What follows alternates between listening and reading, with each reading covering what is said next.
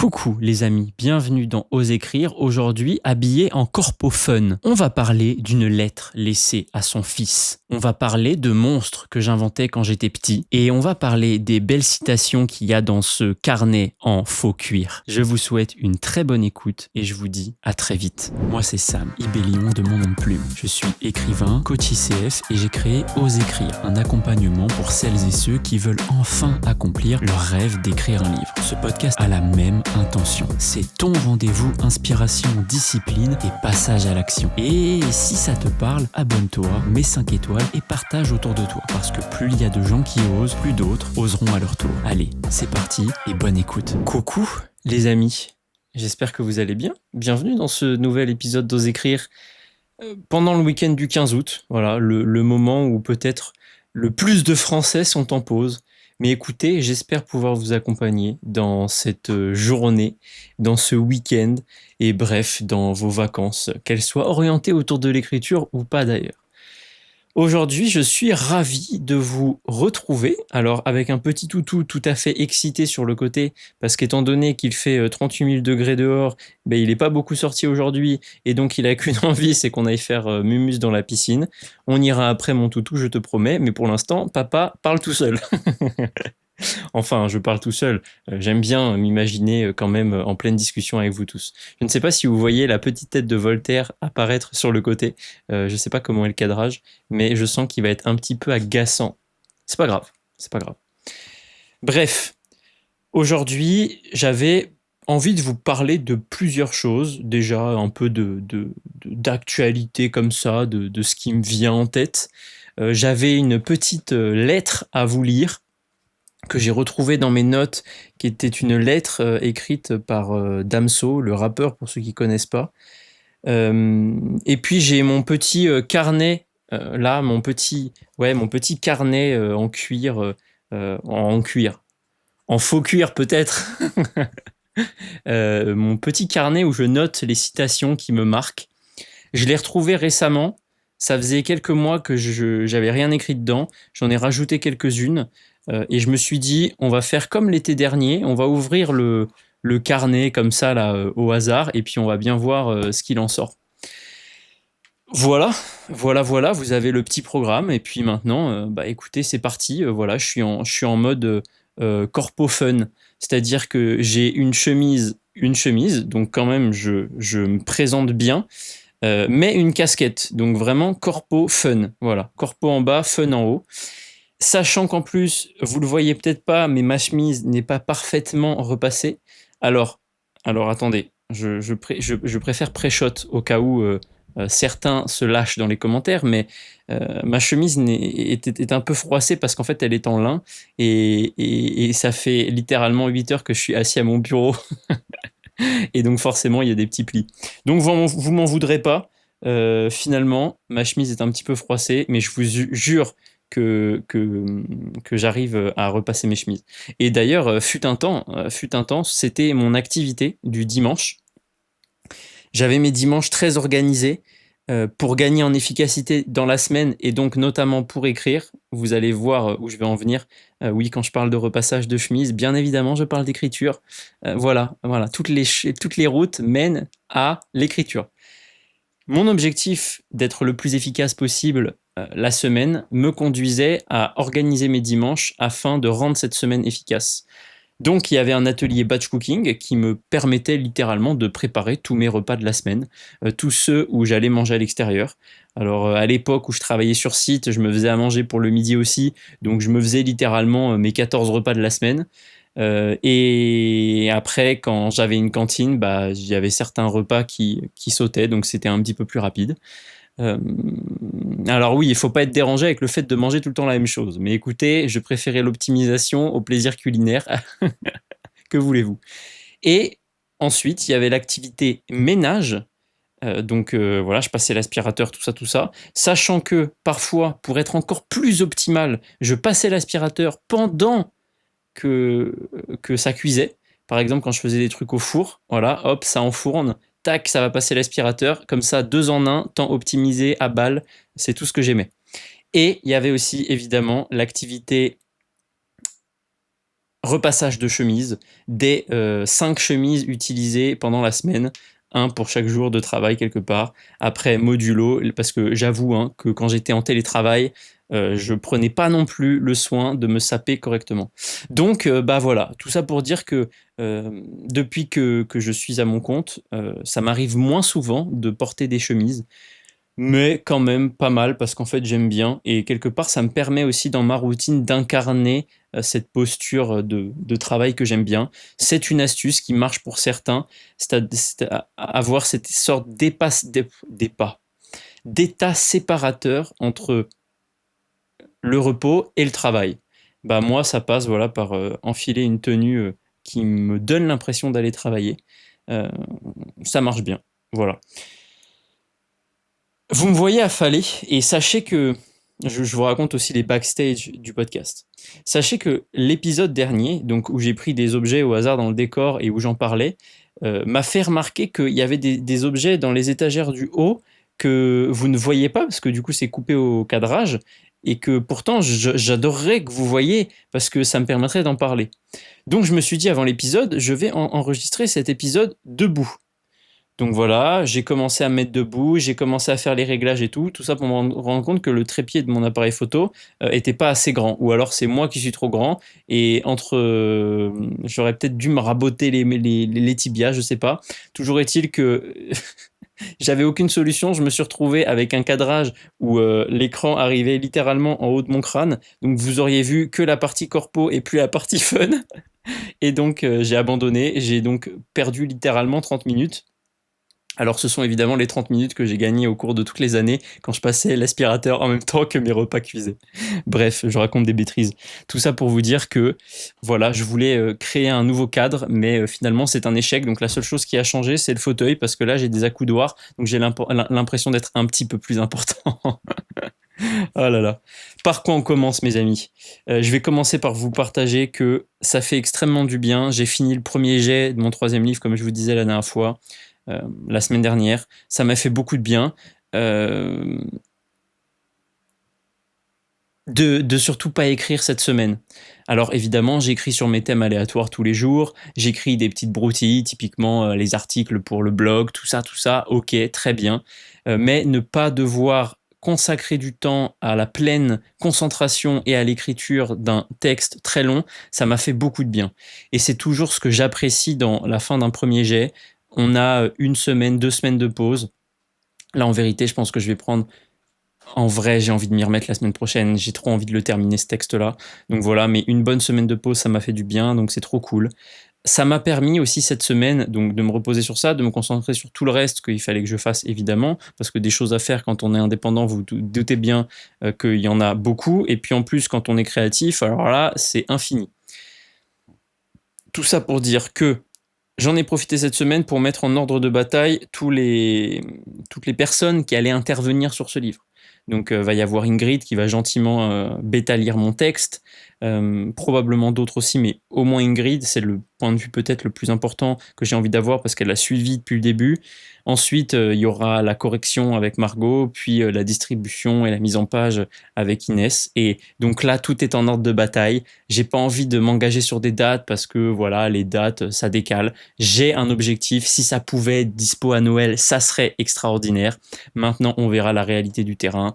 Vous connaissez ce que je pense des dates et des objectifs. Ils sont là pour ancrer dans le réel et commencer à faire bouger la machine. Après, que ça soit un peu avant, un peu après, advienne que pourra. Et ça sera très bien comme ça. Donc, voilà, tout est en ordre de bataille. C'est de mon côté là parce que j'ai cette première réécriture à faire. On fait ça, ensuite bêta lecture, ensuite deuxième réécriture. Ça, c'est ce que je fais avec tous les auteurs que j'accompagne. Vous commencez à connaître. Ensuite, et là, je passe dans la partie qui n'est plus quelque part artistique, mais qui est la partie d'après.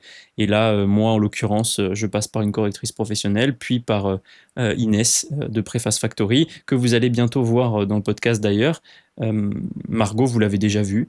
Et voilà, tout ça pour amener au livre final qui rejoindra les autres qui sont un peu partout. Il y a le premier ici, il y a le deuxième ici. Oh là là, que j'ai hâte d'avoir le troisième.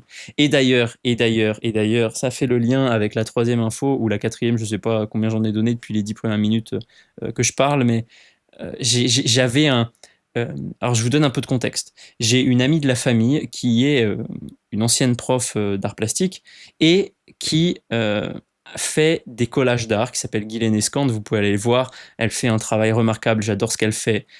Ça serait d'ailleurs hyper intéressant de la recevoir, tiens, quand j'y pense, je me le note dans un petit coin. Et j'ai toujours été fasciné par ce qu'elle produisait. Je sais pas si j'ai un de ses tableaux quelque part. Non, ça a dû être rangé. Il faut que je le retrouve. Il faudra que je vous le montre. Mais bref, elle fait des collages d'art, notamment avec des journaux. Enfin bref, vous voyez le collage d'art. C'est magnifique. Et c'est toujours quelque chose qui m'a fasciné. C'est d'ailleurs quelque chose que j'ai réinterprété à ma sauce, mais de manière digitale, avec les posters d'Ose Écrire. Vous avez Nash ici, vous avez déjà vu Isabella quelque part, je crois, à un moment dans les épisodes. Vous pouvez aussi aller voir sur le site oseécrire.com d'ailleurs, hein, ou alors sur le site Ibellion, dans la cosmogonie d'Ose Écrire. Vous avez tous les personnages et petit à petit, je fais les posters. Donc c'est du collage d'art digital.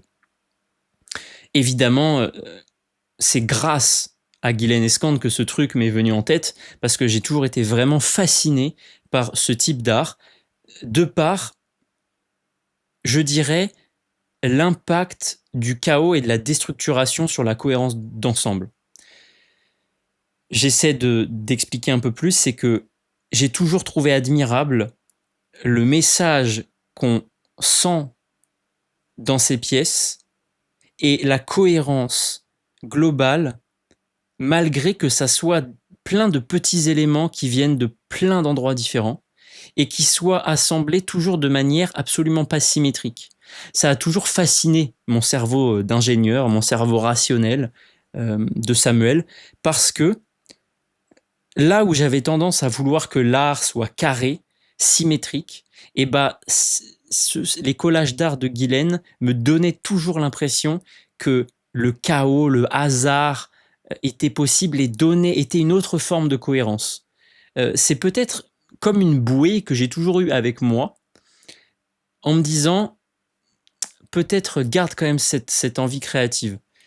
Et évidemment, quand je me suis mis à créer, c'est toujours quelque chose qui m'a fasciné. Donc je l'ai évidemment récupéré quand j'ai fait les posters des personnages d'Ose Écrire. Sachant que les parallèles avec l'écriture sont absolument très très beaux. Vous voyez, ça rejoint cette idée de la place qu'on laisse au lecteur. C'est-à-dire qu'il n'y a pas besoin que tout soit absolument cohérent, absolument carré, qu'il n'y ait absolument rien qui déborde. Déjà parce que ça serait tendre vers une perfection qui est une chimère qu'on n'atteint jamais, et aussi parce que c'est bien de laisser de la place au lecteur. C'est bien que le lecteur se pose des questions. Et ça naît dans cette espèce de chaos cohérent. On assure la cohérence de l'ensemble, on assure la cohérence de l'histoire, le fait que les personnages fassent des choses qui soient cohérentes. Par contre, après, c'est bien d'avoir des petits non-dits, des angles morts, etc., etc. Et je l'ai beaucoup ressenti d'ailleurs cette semaine, au-delà des collages d'art qui sont revenus fort dans ma tête, et vous allez comprendre pourquoi après, mais petite parenthèse dans la parenthèse, je l'ai beaucoup ressenti cette semaine, ce côté surprise, parce que ça faisait longtemps que j'avais pas lu, et là cette semaine j'ai beaucoup lu un texte d'une autrice que j'ai accompagnée qui a écrit un truc qui, je vous jure, alors voilà, je le dis toujours, hein, tous les textes me touchent, et celui-là était voilà, c'était top. Franchement, j'ai passé un super moment, et une des questions de l'autrice en question était justement de: est-ce que c'est cohérent? Est-ce qu'on comprend bien? Est-ce que tel personnage est suffisamment creusé, etc., etc. Alors, des questions tout à fait légitimes, des questions qu'on est en droit d'attendre de quelqu'un qui bétalie un texte, avec peut-être plus une posture de ce qu'on pourrait appeler un book doctor ou un script doctor, si on reprenait les termes des séries et des films américains. Évidemment qu'on va aller adresser cette cohérence, ce rythme, etc. Mais moi, j'ai particulièrement apprécié dans son texte aussi les zones d'ombre qu'il laissait, qui laisse place à l'imagination, qui laisse place à nous dire: ah, mais attends, ce personnage, finalement, qu'est-ce qu'il vient chercher?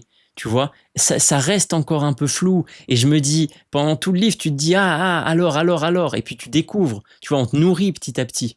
Et quelque part, c'est toujours d'accepter ce tableau peut-être pas fini ou ce chaos ambiant qui nous permet de laisser la place au lecteur et qui se saisisse lui-même de l'histoire. Ça lui permet après de naviguer dans cette histoire et d'avoir les feelings qu'il a envie d'avoir en fonction des thématiques que vous abordez. Et ça, à mon sens, c'est essentiel dans un texte de laisser la place au lecteur. Alors, peut-être un point d'attention que je mettrais, je suis un lecteur, en tout cas, et évidemment un auteur, puisque j'écris des textes que j'ai toujours eu envie de lire, qui adore les zones d'ombre. Alors, évidemment, l'écueil dans lequel il ne faut pas tomber, vous savez, cadran d'Hoffmann, les forces qui peuvent se transformer en pièges quand on les pousse à l'excès, l'idée est pas d'écrire des textes qui sont pas compréhensibles. Mais j'aime beaucoup cet aspect de mystère, j'aime beaucoup ces petits indices qu'on distille, j'aime beaucoup qu'on comprenne pas tout à fait vraiment tout. Et ça, c'est vrai que c'est aussi une des raisons pour lesquelles, par exemple, j'aime beaucoup écrire à la première personne. Parce que ça nous donne accès à l'intériorité d'un personnage et donc pas à l'intériorité des autres personnages. Et quand on a accès à seulement une intériorité, eh ben on peut se permettre beaucoup plus facilement d'avoir des zones d'ombre. Alors cela étant dit, évidemment, développer les zones d'ombre en ayant un personnage qui est à la troisième personne, par exemple, ça marche aussi très bien, c'est juste différent. Voilà, tout ça pour dire que, à mon sens, c'est pas grave. Et en fait, c'est peut-être ça le message que j'ai envie, c'est même pas peut-être, c'est le message que j'ai envie de transmettre. Ne voyez pas comme un échec ou comme un problème le fait qu'il y ait des zones qui ne soient pas forcément expliquées.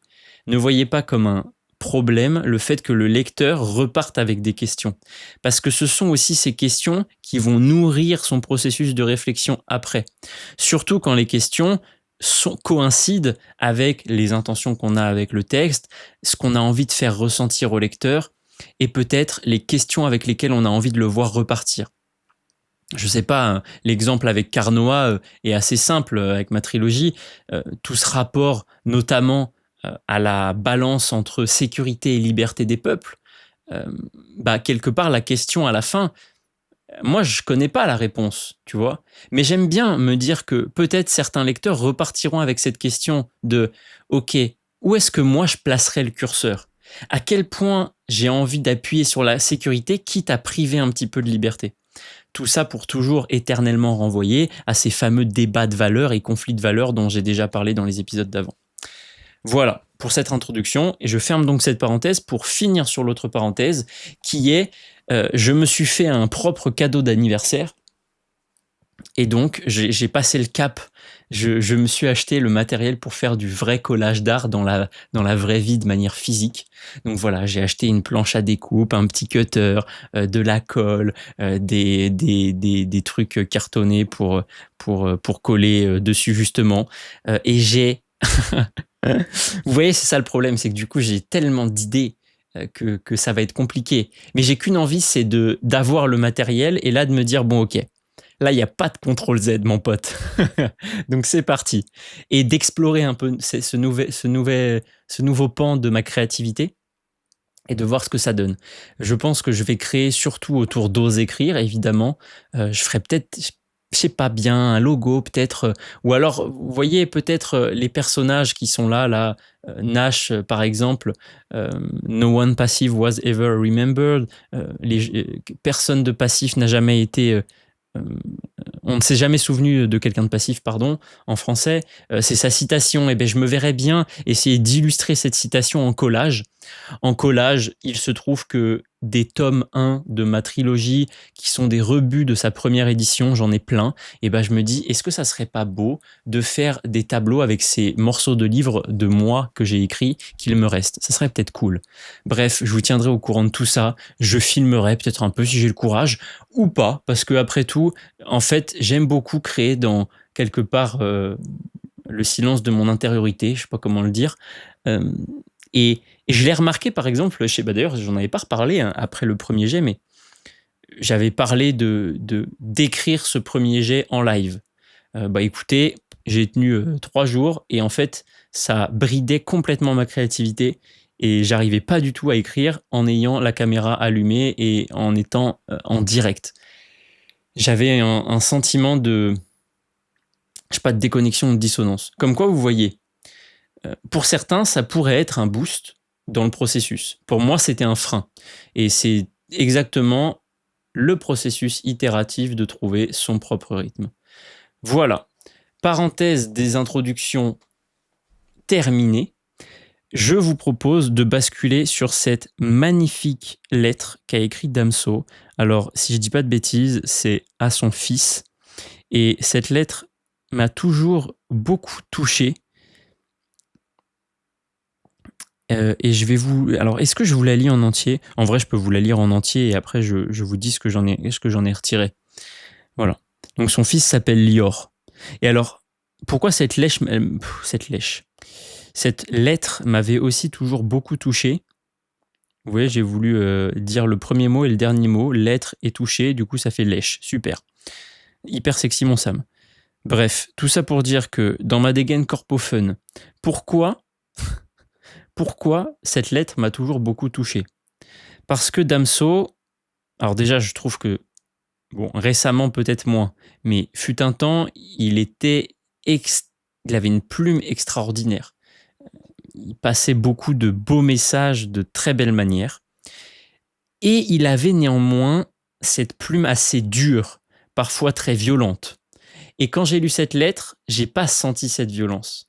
Et quelque part, voir quelqu'un qui manie une plume parfois un peu brute et violente, malgré qu'elle soit très poétique, et l'utiliser pour en faire un texte beaucoup plus doux, parce que du coup, il change le lectorat à qui il parle, enfin en tout cas la personne à qui il parle, et bah j'étais d'autant plus touché. Ça me donnait accès à une partie de son authenticité que j'avais pas encore jusque-là. Je me permets une petite pause tisane avec ma super tasse Coq.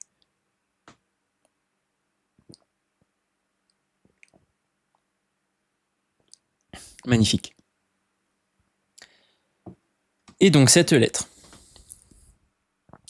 Tu sais, Lior, son fils s'appelle Lior. Je vous l'ai peut-être déjà dit, mais j'ai oublié entre maintenant et la gorgée.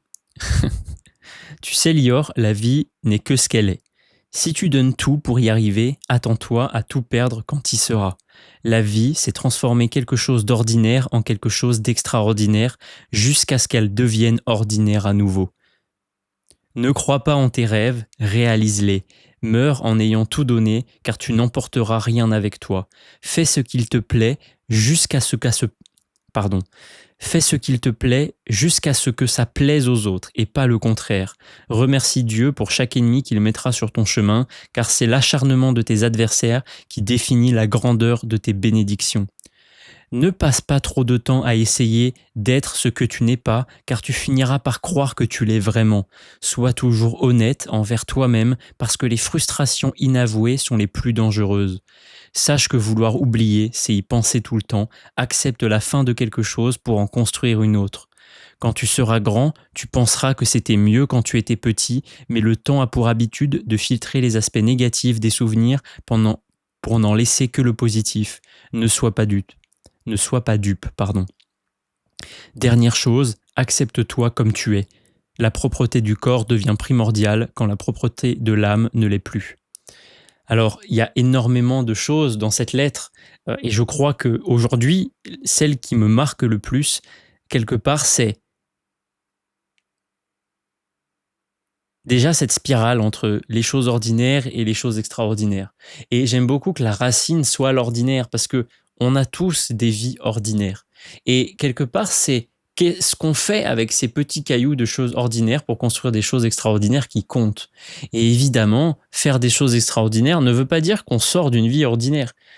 Parce que si tout était extraordinaire, eh ben plus rien ne le serait.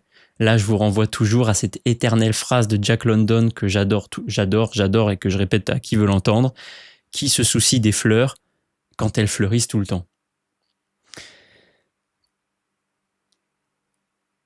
J'aime beaucoup aussi cette phrase « Ne crois pas en tes rêves, réalise-les ».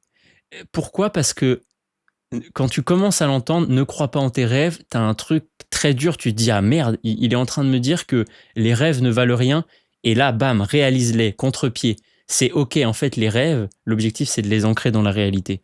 Vous voyez, ça rejoint cette phrase, encore une fois, de ce qui différencie un rêve d'un objectif, c'est une date. Donc à un moment, ancrons-les dans la réalité. Arrêtons de nous cacher derrière des plus tard, derrière des un jour, derrière des je le ferai dimanche, je le ferai la semaine prochaine, je le ferai à la rentrée. Eh bordel, la vie est courte, profitons-en. Arrêtons de croire en nos rêves, réalisons-les. Voilà, j'aime beaucoup ce postulat qui tourne vers l'action. Et vous voyez, c'est aussi pour ça. Certains dans les commentaires se sont mépris la semaine dernière quand je partageais le nombre de mots. À croire qu'ils m'ont pas vraiment écouté avant, mais écoutez, c'est pas grave, c'est aussi le jeu. Je mets un gros titre en marquant trop facile, forcément je récolte la tempête que je sème. Mais voilà, soulever par exemple que c'est pas la quantité qui compte, c'est la qualité. Je suis tout à fait d'accord.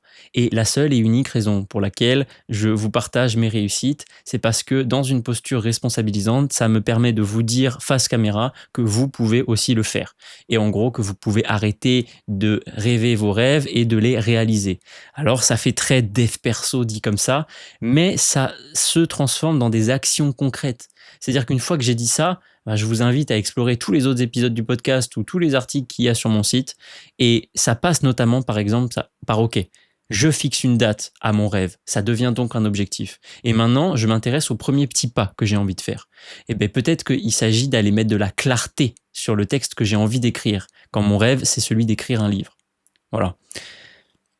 C'est toujours cette technique des petits pas que j'adopte avec les gens que j'accompagne, bien évidemment. Donc cette phrase m'a beaucoup marqué. J'aime aussi le « fais ce qu'il te plaît » jusqu'à ce que ça plaise aux autres et pas le contraire. Fais ce qu'il te plaît jusqu'à ce que ça plaise aux autres et pas le contraire. Ouais, c'est incroyable. Et ça rejoint aussi le fait de ne pas avoir de dissonance entre ce qu'on fait et le résultat qu'on en attend. Si on le fait pour plaire aux autres, quelque part, on aura toujours un train de retard parce que comment pouvons-nous décider ce que les autres apprécient ? Et c'est un piège que je vois souvent et c'est pour ça que cette phrase résonne autant pour moi. Et aussi parce que là, j'en parle dans l'écriture, mais en vérité, c'est vrai dans tous les domaines de vie et c'est encore quelque chose que moi, je me répète de temps en temps. Vous voyez, je suis très content qu'en ce moment, le podcast marche de mieux en mieux. Il y a plus de gens qui l'écoutent, j'ai plus de retours. C'est trop cool, j'adore. Et merci pour ça parce que pour certains, vous m'écoutez quasiment depuis le début et je vous remercierai jamais assez d'avoir passé autant de temps avec moi. Et quand je vois ce podcast qui marche de mieux en mieux, il y a des moments où je me dis « mais attends, est-ce qu'il faudrait pas que je sois un petit peu plus ci, un petit peu plus ça et que je fasse attention à ci et que je fasse attention à ça ?» Et en fait, je remarque que quand je suis dans cette démarche-là, je suis dans une démarche de plaire aux autres, en oubliant d'ailleurs que c'est pas du tout ça qui m'a fait trouver mes premiers auditeurs. Je suis dans une démarche de plaire aux autres qui, du coup, casse toute l'authenticité que j'ai envie que vous ressentiez dans ce que vous écoutez.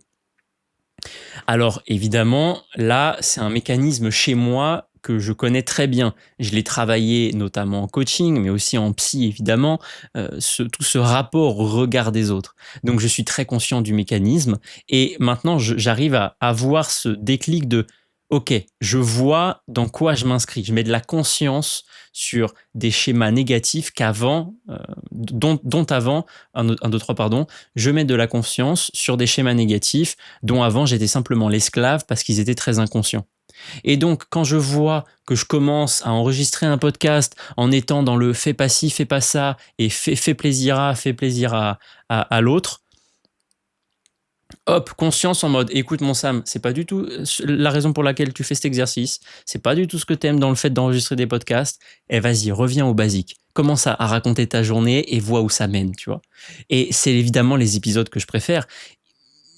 Et je pense, peut-être que je me trompe, que c'est aussi les épisodes que vous préférez écouter.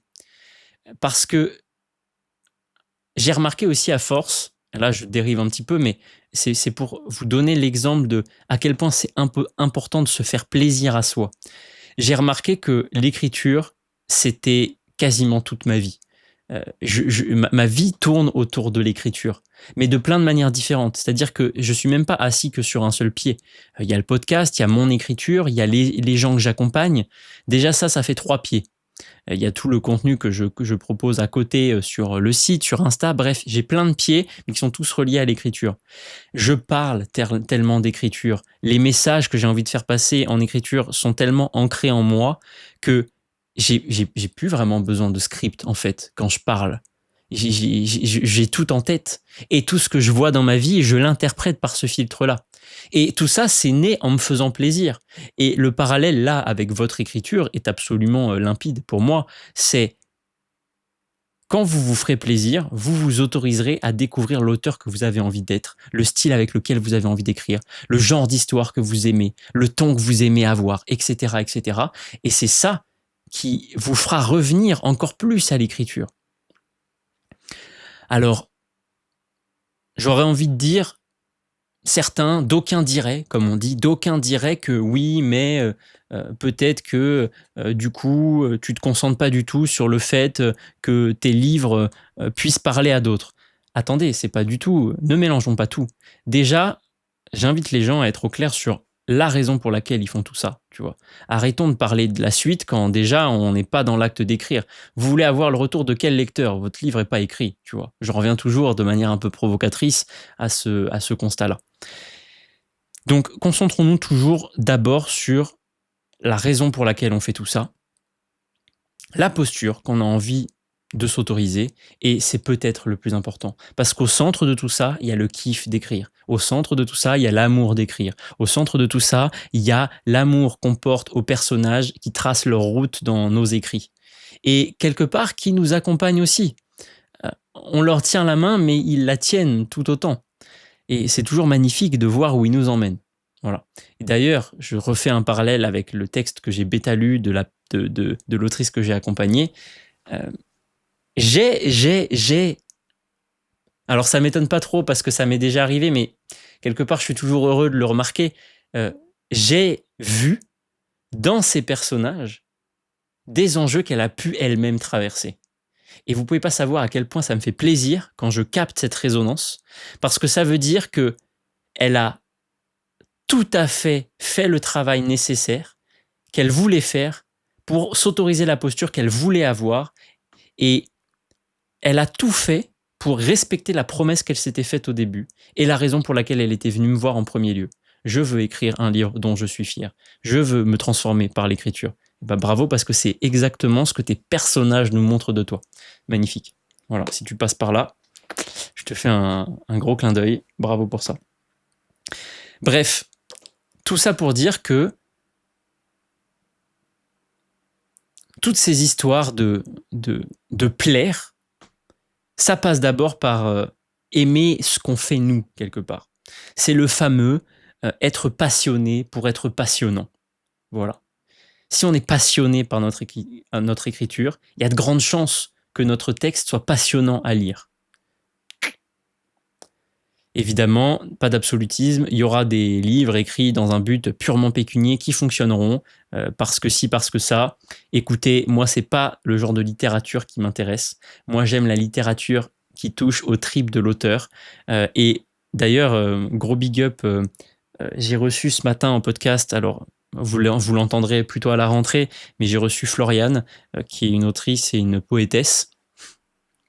Et on a beaucoup parlé de ce côté-là, quelque part, et j'ai ressenti dans sa manière de voir l'écriture comme une manière d'explorer son intériorité, les thématiques fortes par lesquelles elle traversait, celles qui étaient importantes pour elle. Et en fait, bordel, qu'est-ce que j'aime ça dans l'écriture, en fait. J'aime ouvrir un livre et voir les tripes de l'auteur, tu vois, sans qu'il ait besoin de me l'expliquer, évidemment, mais j'aime voir ça. J'aime voir la sueur et le sang qu'il y a mis quelque part. Voilà. Bref, j'aime voir le chemin qu'il a parcouru pour arriver au résultat. Voilà. Les autres phrases qui m'ont marqué dans cette lettre de Damso à son fils, c'est finalement, ça rejoint ça. Ne passe pas trop de temps à essayer d'être ce que tu n'es pas, car tu finiras par croire que tu l'es vraiment. Alors ça, c'est intéressant que tu vois, il les sépare en deux phrases parce que les deux se rejoignent. Euh, Si tu fais quelque chose pour plaire aux gens, tu vas porter un masque. Tu vas incarner une posture qui n'est pas totalement celle que toi, tu as envie d'incarner. Et tout ça, eh ben, écoutez, le cerveau est très malléable. On est très fort pour ancrer en nous des messages qu'on n'a pas envie de croire. Et ben, tout ça, ça ne fait que renforcer euh, et nous faire croire que nous sommes des gens qu'on n'est pas. Je donne un exemple. Si tous les matins, je me mets devant mon miroir et je me dis, ah bordel, de toute façon, moi, je suis pas fait pour écrire, eh ben, bien évidemment que je vais pas écrire. Parce que inconsciemment, et là, du coup, verbalement, face à mon miroir, le message que je renvoie, c'est euh, je ne suis pas fait pour écrire. Bah ça va s'ancrer. Et plus je le répéterai, plus cette phrase, elle sera ancrée fort. Et vous voyez, toutes ces phrases, c'est exactement ce que je déconstruis avec les auteurs que j'accompagne en coaching, en fait. C'est la majeure partie de mon travail se situe là-dedans. Et les vrais nœuds des auteurs sont dans déconstruire les croyances qui les empêchent d'écrire leur manuscrit jusqu'au bout. Voilà. Et il y en a des belles, hein, vous les connaissez, les plus célèbres. Qui suis-je pour écrire? J'ai pas le temps, je sais pas par où commencer, etc., etc. Le fameux mythe de l'ermite, bref, voilà, vous commencez à les connaître. J'en ai une. Vous imaginez pas la banque de données maintenant que j'ai à force de prendre des notes sur les gens que j'ai pu interroger et avec qui j'ai pu échanger. Pour moi, c'est très très clair les catégories d'enjeux que j'ai. D'ailleurs, il y en a très exactement 10. Un jour, peut-être, je pourrais faire un épisode sur ces 10 points. Ouais, ça serait intéressant. Évidemment, ce qui est intéressant, je vous le partage là, on le développera dans un autre épisode, c'est que ces 10 problématiques qui peuvent être liées plus ou moins aux 3 clartés. Alors, plus ou moins, elles sont toujours liées à au moins une des 3, mais très souvent, l'effet induit de cette problématique touche les 3 clartés. Toujours un peu dans un cercle pernicieux qui se nourrit. Le fameux cercle de vicieux de l'écrivain qui termine pas. Voilà. Et donc, ce que je voulais dire par là, c'est que, effectivement, quand on fait des choses simplement pour plaire aux autres, on se met à porter un masque et on finit par croire qu'on est ce masque. Nous ne sommes pas ce masque-là. C'est pour ça que c'est important, quelque part, toujours de se remettre au centre. Qu'est-ce que moi, je viens chercher dans l'écriture? Qui j'ai envie d'être? Qu'est-ce que j'ai besoin de m'autoriser? Et déjà, ne serait-ce qu'en répondant à ces questions, vous commencez à faire un pas en avant. Je sais, ce n'est pas évident de répondre tout seul à ces questions-là. Et surtout, c'est pas évident de ne pas avoir de miroir confrontant face à nos réponses. On est très fort pour se mentir à nous-mêmes et se jouer des beaux morceaux de pipeau. Et c'est là aussi, moi, la posture que j'aime aussi, c'est moi, j'entends bien le pipeau. Et donc, je le laisse pas passer. J'achète pas les morceaux de pipeau, moi. Voilà. Bref, ne passe pas trop de temps à essayer d'être ce que tu n'es pas, car tu finiras par croire que tu l'es vraiment. Voilà. Après, il y a cette fameuse phrase, en fait, tout le texte est magnifique, c'est pour ça que je voulais vous partager quand je suis retombé dessus, mais sois toujours honnête envers toi-même parce que les frustrations inavouées sont les plus dangereuses. Vous voyez, être honnête avec soi-même, ça passe aussi par le fait d'accepter les émotions qu'on traverse, et d'accepter et de comprendre qu'on a besoin de les traverser et de les explorer. Vous êtes au bon endroit parce que l'écriture permet très fortement d'aller traverser toutes ces émotions. Et d'ailleurs, beaucoup de blocages apparaissent quand on ne s'autorise pas à travailler et autour de ces émotions qu'on ne dit pas, par exemple. Ça, petit clin d'œil à l'épisode de la semaine dernière aussi, évidemment. Et j'aime beaucoup, évidemment, cette phrase, et sachez qu'elle m'a beaucoup accompagné lors de mes ruptures. Je pourrais faire un épisode que sur l'amour, je crois. Sache que vouloir oublier, c'est y penser tout le temps. Accepte la fin de quelque chose pour en construire une autre. Dans les ruptures très douloureuses que j'ai pu avoir, parce qu'évidemment, elles sont douloureuses, qu'elles soient voulues, pas voulues, bref, elles sont douloureuses. Quand quelqu'un compte pour toi, que ça se termine bien, que ça se termine mal, c'est toujours très douloureux. Vous ne pouvez pas savoir comment j'ai répété cette phrase. En disant, ok, cette histoire est terminée, Sam. Accepte la fin de quelque chose pour construire quelque chose d'autre. Et je ne sais pas pourquoi, c'est toujours une phrase qui m'a extrêmement rassuré. Parce que derrière l'oubli, j'ai toujours trouvé qu'il y avait comme une thématique de vouloir effacer les souvenirs de la personne. Ce que je trouve en plus très néfaste pour la suite, parce que quand tu veux effacer entièrement une histoire, c'est trop dommage. Il y a quand même des bons souvenirs dans une histoire, même si elle est terminée. Et puis au-delà de ça, il y a surtout beaucoup de leçons. Il y a beaucoup de leçons sur ce que toi tu cherches, il y a beaucoup de leçons sur ce que toi tu as envie de faire, sur les erreurs que tu as pu faire. Parce que vous connaissez ce fameux adage, quand vous rencontrez quelqu'un et que ce qui vous explique, c'est que tous ses ex sont toxiques, eh ben écoutez, le point commun entre tout ça, c'est quand même la personne qui a tous ses ex toxiques. Donc c'est très interrogateur, interrogeant, bref, vous avez compris. Donc voilà, à mon sens, c'est important de répéter ça, d'accepter la fin de quelque chose pour construire quelque chose d'autre. Et c'est vrai aussi dans un processus d'écriture. Et ça, c'est vrai à plusieurs niveaux. Déjà, je le vois un peu dans cet aspect de quand on explore plusieurs livres sans jamais en terminer un. Il y a ce côté de si j'accepte pas de finir quelque chose, ben je refuse d'aller au bout du chemin que j'ai besoin de parcourir pour m'autoriser à être la personne que j'ai profondément envie de devenir. Et quelque part, on retrouve très souvent dans cette mécanique de commencer plusieurs fois, plusieurs histoires qui partent dans tous les sens, comme un mécanisme de fuite pour ne pas se confronter au vrai point bloquant. Alors après, le point bloquant est spécifique quelque part à chacun, mais je vois un peu ça comme une fuite. Comme si on essayait d'oublier une histoire au lieu de l'accepter. Voilà. C'est vrai aussi, par exemple, dans l'acceptation de « Ok, mon manuscrit est terminé. Maintenant, je le donne au monde et je fais en sorte que le monde l'ait. » En gros, j'y mets un vrai point final. Parce que c'est le truc le premier symptôme s'appelait le symptôme du manuscrit de Schrödinger, c'est-à-dire un manuscrit qui existe pas vraiment. Oui, non, peut-être. De toute façon, il n'est pas fini, donc comme ça, on ne prend pas de risque. Et là, le deuxième symptôme, c'est beaucoup plus la peur de jeter le bébé. C'est-à-dire, ok, il s'agit de lâcher le bébé, jeter le bébé, pas jeter le bébé, qu'est-ce que je raconte, ne jetez pas vos bébés chez vous, attention. Le pire conseil, jetez votre bébé, n'importe quoi. La peur de lâcher le bébé, qui vole de ses propres ailes. Voilà. Et ça peut être aussi, vous voyez, quelque chose de, ok, mais si je le lâche, est-ce que je vais oublier tout ce que j'ai vécu avec lui? La transformation que j'ai vécue en écrivant ce livre, si je le lâche, est-ce que je l'oublie? Est-ce que je le perds? Mais non, ça c'est justement, ça s'inscrit dans un processus d'accepter que ça soit terminé pour passer à autre chose et d'accepter tout ce qu'on a appris avec. Voilà. Ah là là, j'adore ces sujets. Et puis en plus, ça m'a lancé sur le sujet de l'amour. Ça me rappelle que, encore il n'y a pas longtemps, quand Ingrid m'a dit « Je vais bêta-lire avec grand plaisir ton tome 3, mais dépêche-toi d'écrire la romance parce qu'elle aussi, j'ai envie de la bêta-lire. » Voilà, petit coup de pression. C'est vrai que je dois écrire absolument cette romance. Et ça sera peut-être le 4e livre, ou pas, je ne sais pas, Ingrid, je suis désolé. Voilà, sache que vouloir oublier, c'est y penser tout le temps. Accepte la fin de quelque chose pour en construire une autre. J'aime beaucoup aussi cette phrase « Quand tu seras grand, tu penseras que c'était mieux quand tu étais petit, mais le temps a pour habitude de filtrer les aspects négatifs des souvenirs pour n'en laisser que le positif, ne sois pas dupe. » Alors c'est marrant parce que ça va aussi un peu à l'encontre de ce que parfois je peux penser, c'est-à-dire qu'on a tendance à être marqué que par les aspects négatifs. C'est très vrai pour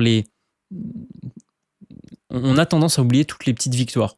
Donc c'est pour ça que moi, malgré ce que là il peut dire, et tu vois, sur lequel je trouve que c'est pas complet quelque part. Moi, j'encouragerais les gens à ancrer leur victoire. C'est-à-dire qu'en fait, là, si on est d'accord avec Damso sur le fait que c'est important de mettre de la conscience sur ce que tu as vécu. C'est vrai pour les petites victoires et c'est aussi vrai quand on s'inscrit dans un espèce de spleen nostalgique à toujours dire c'était mieux avant, c'était mieux avant, c'était mieux avant. Bon, ok, c'était mieux avant, mais on vit pas dans le monde d'avant. Donc, ok, qu'est-ce que tu as vécu dans ce monde d'avant qui t'indique ce que tu aurais envie de vivre dans le monde de maintenant.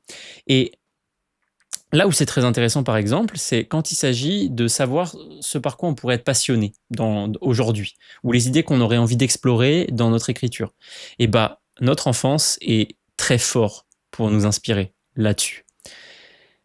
Nos passions d'enfant sont très souvent des passions qu'on aurait et qu'on aurait envie de continuer d'explorer en étant grand. C'est vrai pour moi raconter des histoires et c'est vrai aussi dans cette espèce d'émulsion créative qui part dans tous les sens. Je vous avais parlé, une fois, d'ailleurs je crois que je les ai encore, je pourrais putain, moi je pars vraiment dans tous les sens si je pars là-dedans. Attendez, hop, je vais quand même le sortir. Hop, voilà. Voilà, magnifique. Est-ce que vous vous rappelez de ça? Vous vous rappelez pas? C'est des monstres que j'avais inventés quand j'étais petit. Et c'est des monstres qui sont des mélanges de plein de choses. Et en fait, ce qui est génial dans ces monstres mélanges de plein de choses, c'est qu'ils sont très représentatifs de la créativité que j'aborde aujourd'hui. J'adore mélanger tous les médiums, en fait. Et je trouve que c'est ça, quand tu mélanges tout ce qui te compose et que tu en fais une création unique. Voilà. Donc, quelque part, j'adorais inventer des monstres en étant petit. Et bah, j'adore toujours autant inventer des choses quand je suis grand. Donc, le passé est très pourvoyeur d'idées pour l'avenir. Voilà. Par contre, effectivement, quand on s'ancre dans un spleen nostalgique, où on pense tout le temps que c'était mieux avant, bah là, quelque part, on rate l'essentiel de ce que veut nous dire ces bons souvenirs qu'on a. Voilà, il nous indique ce qu'on a aimé faire, il nous indique ce qu'on a aimé changer, et il nous indique tellement de choses que c'est important de le garder en tête. Et évidemment, il clôture en disant dernière chose, accepte-toi comme tu es. Bon, bah ça c'est exactement, ça rentre dans la clarté d'identité, ça rentre dans le ok, quel auteur j'ai envie de devenir. Voilà, acceptons-le. Et, et ça commence par avoir la franchise de répondre pleinement à cette question. Qui j'ai envie de devenir en écrivant? Vaste question. Vaste question qui est peut-être tout le travail d'une vie, quelque part. Moi, quand j'y réfléchis, qui j'ai envie de devenir en écrivant? Moi, je me raccroche toujours à cette vision que j'ai que plus il y a de gens qui accomplissent leurs rêves, mieux le monde se porte. Alors, je me suis concentré sur le rêve d'écrire un livre. Parce que pour l'instant, j'ai pas envie de me disperser dans l'accomplissement de tous les rêves, même si avec ma posture de coach, je pourrais adresser tout type de rêve. Mais donc, pour l'instant, j'ai quelque part concentré toute mon énergie pour aller beaucoup plus loin dans cette vision-là, qui est j'ai envie que le plus de livres possible soient écrits, parce que c'est ma conviction profonde que ça permet au monde de mieux se porter. Et cette conviction se décline en plusieurs choses. Déjà, évidemment, ose écrire. L'accompagnement que je fais avec les auteurs, c'est évidemment le cœur de ça. Dire que c'est exactement l'objectif que j'ai avec les auteurs que j'accompagne, c'est qu'ils terminent leur manuscrit. Mais ça passe aussi par le fait d'écrire mes propres livres. Parce que, en fait, il n'y a rien de plus inspirant que lire un livre pour avoir soi-même envie d'écrire un livre. Et donc, si je peux participer à ma petite échelle à véhiculer cette envie d'écrire, bah avec grand plaisir. Et le podcast est aussi évidemment là pour ça. Quand je parle tout seul, c'est évidemment pour vous donner des clés sur des questions intéressantes, sur ce qui me semble pertinent d'adresser comme sujet pour pleinement écrire. Vous voyez ces fameuses trois clartés, l'intention dont on a un petit peu parlé là, l'identité dont on a aussi parlé, le rythme dont j'ai un peu moins parlé, quoique, voilà, je l'ai un peu dit en disant que ça faisait du bien de faire une pause d'écriture. C'est aussi ça, le rythme, c'est ok, comment je gère les moments où j'ai pas envie d'écrire, ou les moments où je suis en pause, voilà. Les épisodes, et pour continuer cet exemple de déclinaison de la vision, les épisodes en duo aussi. Les épisodes en duo, il y a quoi de plus inspirant que d'entendre quelqu'un qui te raconte comment il a réussi à écrire, ce qu'il a vécu en publiant, etc., etc. Il n'y a rien de plus inspirant. Moi, je ressors toujours de ces épisodes avec des étoiles dans les yeux et en me disant « Ah mais en fait, je suis exactement au bon endroit. Le métier que je fais, j'ai choisi le bon. » Voilà. Et c'est vrai aussi dans quelque part tout le reste. Que tout ce que je travaille sur le site internet pour mettre à disposition le plus de ressources possible, c'est dans cette optique d'aider à écrire. Les personnages de la cosmogonie d'Ose écrire, vous avez Nash dans le fond là, c'est aussi pour véhiculer cette envie d'écrire. Donc tout tourne autour de cette vision. C'est ça que j'ai envie de devenir. J'ai quelque part, peut-être de manière ça fait peut-être un peu arrogant, mais bon, ouais, c'est bon, hein, quelque part tant mieux. ça veut dire que c'est vraiment quelque chose qui est important pour moi. J'ai envie de pleinement incarner le fait que, oui, les gens ont le droit de s'autoriser à qui ils ont envie d'être, à qui... Oh là là, pardon, cette phrase, elle est trop longue. Je prends une gorgée et je refais cette phrase.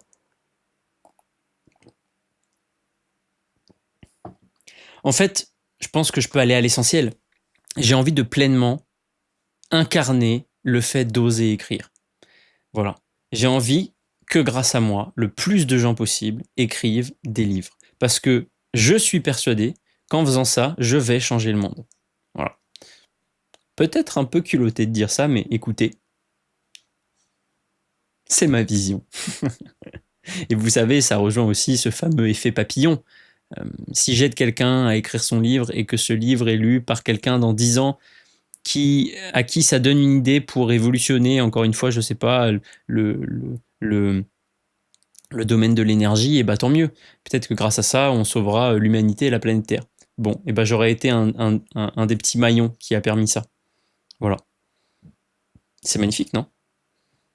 Vous savez d'ailleurs que là, je vous fais une parenthèse. De toute façon, j'ai terminé le partage autour de la citation de Damso. Je vais prendre le temps de lire quelques citations de mon carnet en faux cuir de citations, parce que ça serait dommage quand même d'avoir sorti ce petit carnet et d'être habillé en corpo fun pour pas vous en lire.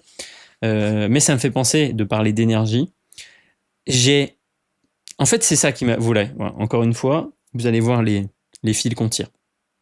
La casquette que j'ai sur la tête est une casquette que j'ai achetée quand je faisais mon stage de 2e année d'école d'ingé dans un labo dans le Michigan, à East Lansing très exactement. La MSU, la Michigan State University, qui a d'ailleurs si ce n'est le plus grand stade des États-Unis. Le stade de football américain est immense. J'ai jamais vu ça. Bref, à l'époque, je travaillais sur un détecteur nucléaire, bref, je vous passe les détails techniques. Et tout à l'heure, je pensais à ça, et j'ai eu un flash, parce que dans la trilogie de Carnoat que j'ai terminé d'écrire là, il y a Tolly, c'est un petit ours à lunettes qui est fan de mathématiques, et qui invente un détecteur de magie. Et j'ai eu le flash tout à l'heure de me dire, putain merde, mais en fait, ça me suit jusqu'au bout, quoi. Voilà, jusqu'au bout, la personne que j'étais vient s'immiscer dans mon écriture. Après, tant mieux, parce que Tolly est absolument génial dans ce 3e tome. Et il se sert de ses connaissances physiques et mathématiques jusqu'au bout, et c'est incroyable. Et je peux pas m'empêcher de penser que si j'avais pas fait ce stage là-bas, sur ce détecteur très spécifique, et bah peut-être qu'en fait, Tolly n'existerait pas. C'est incroyable quand même. Vous voyez, moi qui pensais que mon identité d'ingénieur pouvait être un handicap pour mon identité d'écrivain, mais que nenni en fait, elle ne fait que renforcer cette identité d'écrivain. Et c'est génial. Vous voyez, c'est encore ça rejoint aussi le c'était mieux avant. Ok, c'était mieux avant. Bon, bah ça veut dire qu'il y a plein de choses positives à aller en chercher pour que ça soit aussi mieux maintenant. Bah c'est pareil. Voilà, dans l'autre côté. Parfois, on regarde le passé en se disant « Putain, je veux tout rayer et je veux que ça sorte de ma vie », en oubliant qu'on a beaucoup de leçons à en tirer et beaucoup de force à en tirer. Bah, quelque part, je le disais tout à l'heure, mais c'est aussi vrai pour les relations. Oublier, c'est y penser tout le temps, et c'est oublier quelque part d'en tirer les bonnes leçons et les bonnes forces. Voilà. Ok, bon, en fait, il y a quand même 2 options, hein. Soit je vous lis des citations en mode très sérieux, soit je vous présente un des monstres que j'avais inventé, hein, parce que la dernière fois, je crois que j'avais parlé du brouillator et du Saint-Gâteau pur, mais il y en a plein d'autres, hein. Vous voyez, je peux vous parler, par exemple, de l'éthalatus. Qu'est-ce que vous en pensez de l'éthalatus? C'est globalement un espèce, je sais pas,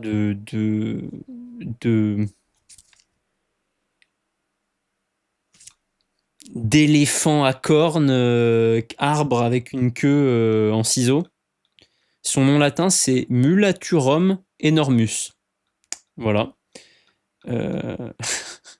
Il fait 3 à 8 mètres de long, 44 à 88 mètres de haut.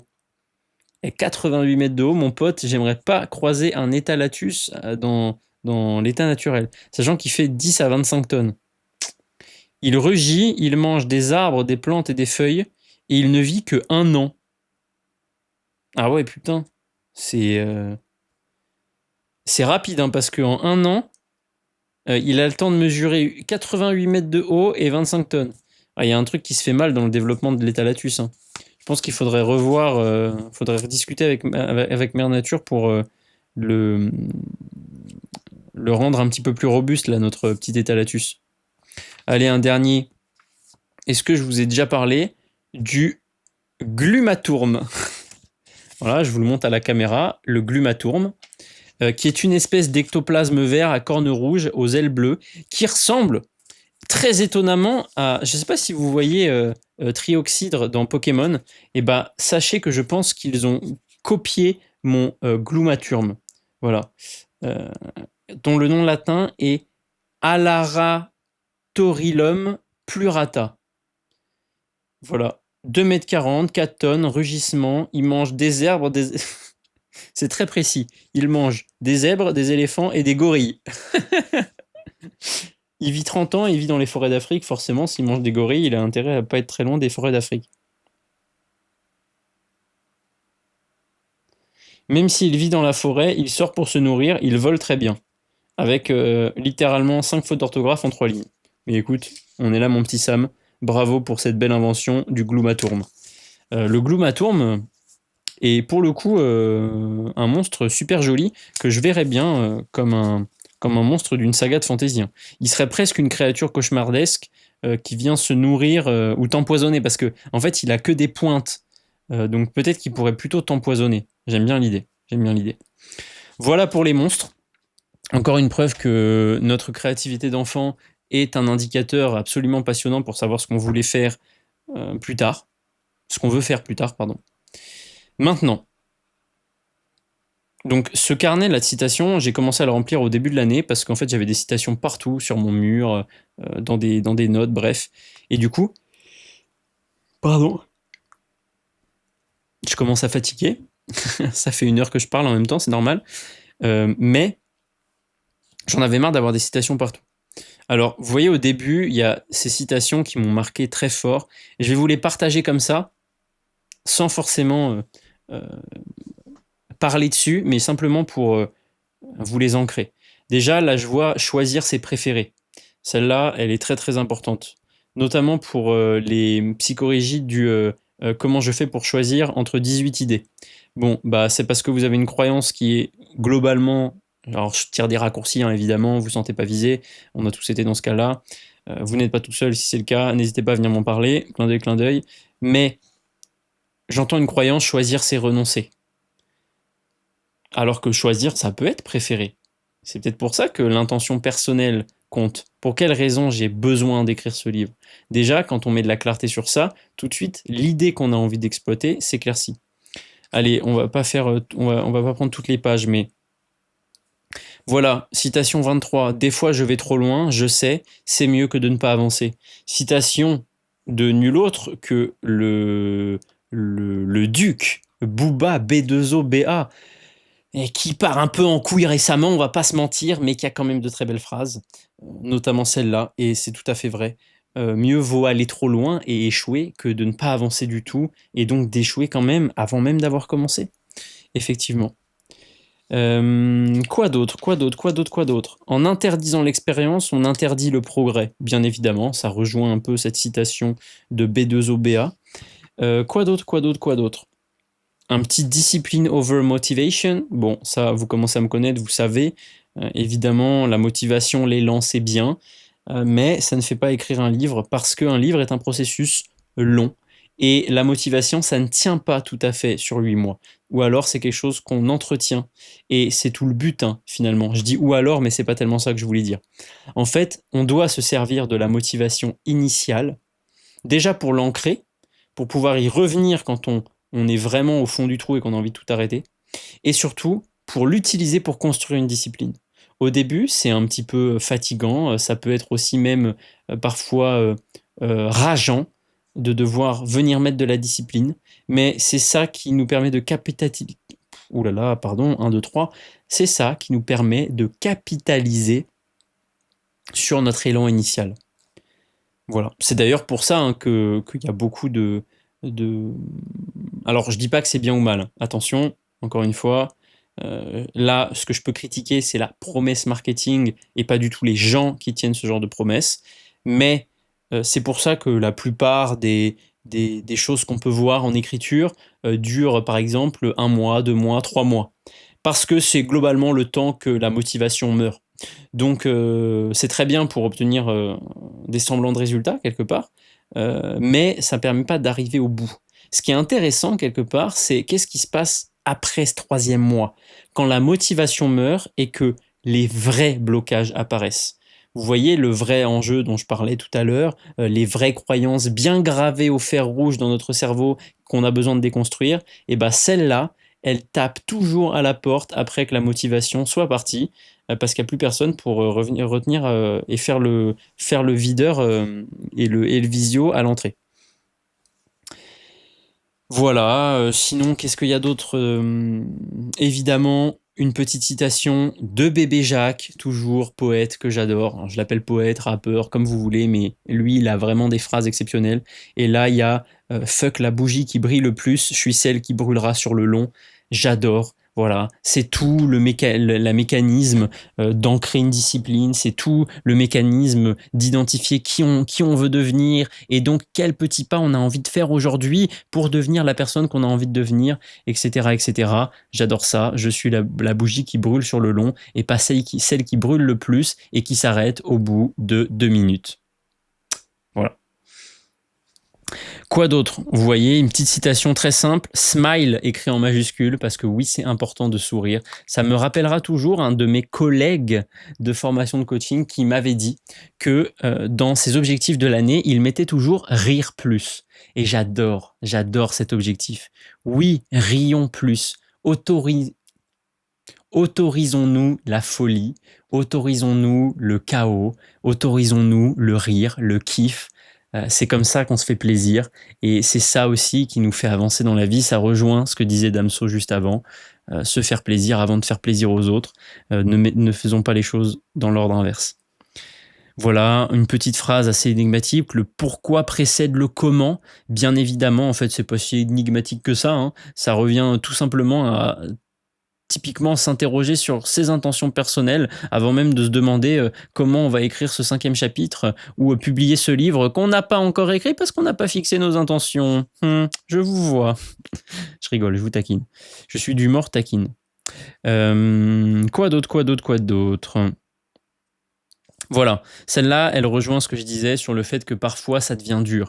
Je vais vous la dire en anglais avec mon magnifique accent et ensuite je vous la traduirai. You're getting close, that's why it's getting tough.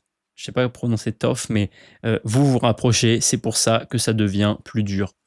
Et j'aime beaucoup ça parce que effectivement, quand on se rapproche, ça veut dire qu'on vient se confronter aux réels enjeux, aux réels blocages. Et c'est là que ça devient parfois un petit peu difficile. Mais bon, c'est là aussi typiquement que moi je préfère. C'est les moments que je préfère parce que c'est les moments où il y a les vraies transformations qui se font. C'est les moments où il y a les vraies émergences de prise de conscience et tutti quanti. Quoi d'autre? La dernière citation que j'ai écrite est « On a toujours besoin des autres ». Voilà. Et je pense que je pourrais terminer sur ça. On a toujours besoin des autres. Par exemple, ce podcast a besoin de vous qui l'écoutez et qui commentez, qui me faites des retours. Merci encore infiniment pour ça. C'est vrai que ça fait quelques épisodes que j'ai pas forcément pris le temps de rebalayer les commentaires que je pouvais recevoir. J'en avais beaucoup et du coup, désolé, j'ai pas pris le temps de le faire. Je corrigerai tout cela. On a toujours besoin des autres.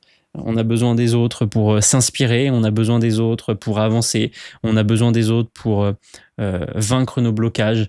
On n'a pas besoin de vivre une vie solitaire où on est une espèce d'incarnation de ce mythe du self-made man. Personne n'est self-made. En fait, on prend tout un peu partout. Et c'est magnifique. C'est ça qui fait le sel de la vie. Ce sont les autres. Alors ça ne veut pas dire qu'on doit être perpétuellement entouré d'autres. Typiquement, moi, j'ai un profil très introverti, comme je disais dans l'épisode précédent.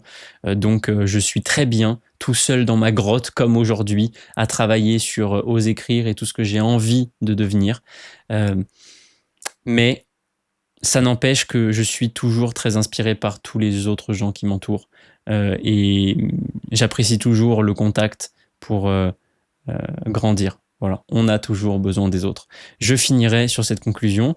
Je vous fais des gros bisous. Je vous souhaite une très joyeuse semaine d'écriture. Je vous dis à très vite. C'était Ibélion. Des bisous et puis surtout, ose écrire.